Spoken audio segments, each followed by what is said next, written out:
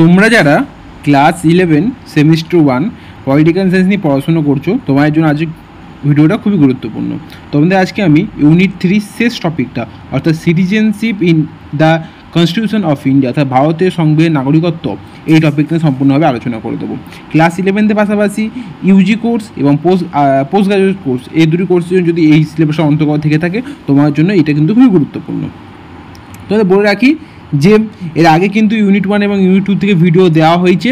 সেই প্লে লিস্টের লিঙ্ক কিন্তু আমি এই ভিডিও ডিসক্রিপশন বক্সে দেবো। সেই প্লে লিস্টের লিঙ্কে তোমরা ক্লিক করলে সম্পূর্ণ ইউনিট 1 এবং ইউনিট 2 এবং ইউনিট 3 সম্পূর্ণ কিন্তু তোমরা ভিডিওগুলো প্রত্যেক টপিক ওয়াইজ তোমরা পেয়ে যাবে পরপর।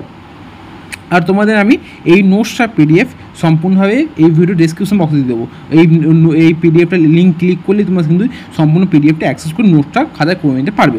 আমি কিন্তু এই পিডিএফের লিঙ্ক এবং এই নোটসের পিডিএফের লিঙ্ক এবং আমাদের প্লে লিস্টের লিঙ্ক সম্পূর্ণ কিন্তু ডিসক্রিপশন বক্সে দিয়ে দেবো, তাই ডিসক্রিপশন বক্স চেক করতে ভুলবে না। চলো ফটাফট আমি নাগরিকতার ভারতের নাগরিকতাটা ইন্ডিয়ান সিটিজেনশিপ ভালো করে বুঝিয়ে দিই। অর্থাৎ ভারতের সংবিধানের নাগরিকত্ব নিয়ে কী বলা হয়েছে এবং এর পাশাপাশি নাগরিকতা আইন 1955 সালটা একটু আলোচনা করে দেওয়া হবে।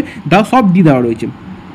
এই পিডিএফটা একটু নিচের দিকে স্ক্রল করে দেখতে পারবে নাগরিকতা আইন 1955 দ্য সিটিজেনশিপ অ্যাক্ট 1955। চলো সঙ্গে সঙ্গে বলে দিই যে এই কনসেপ্টটা কী। দেখো, ভারত নাগরিকতা বিষয়টি জটিল, কারণ বহু সংখ্যক ভারতীয়দের স্বদেশ ভূমি পরিত্যাগ করে ব্রিটিশ উপনিবেশগুলিতে চলে যাওয়া, মাইগ্রেশন টু ব্রিটিশ কলোনিস এবং ভারত বিভাজন ভারত ভাগ। তো এখান থেকে আমরা বেশ কয়েকটা পয়েন্ট পাবো। যেমন 1955 সালে ভারতীয় নাগরিকতা আইন প্রণয়ন হয়েছিল। এর পরবর্তীতে বেশ কয়েকবার এই আইন সংশোধন হয়। এর মধ্যে বেশ কয়েকটা পয়েন্ট রয়েছে। সংবিধানে নাগরিক কথাটি সংজ্ঞা নেই।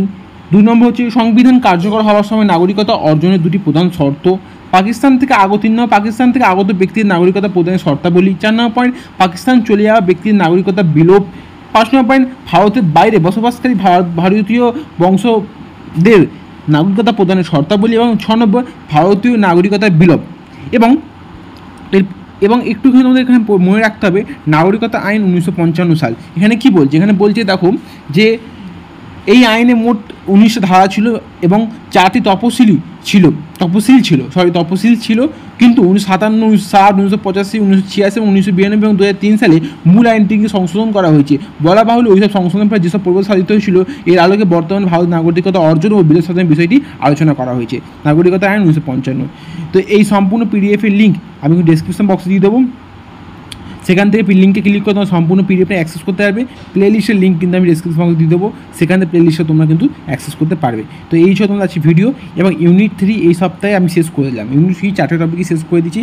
নেক্সট উইক থেকে তোমাদের ইউনিট 4 শুরু হবে। তাই চ্যানেল সাবস্ক্রাইব করে পাশে বেল আইকনে ক্লিক করে দেবে এবং বন্ধু তোমার সেটা শেয়ার করবে যাতে জানতে পারে যে এইভাবে রাষ্ট্রবিজ্ঞানের লিনিয়ার দুধে এই চ্যানেলে পড়ানো হয়। তোমার সবার সাথে ধন্যবাদ।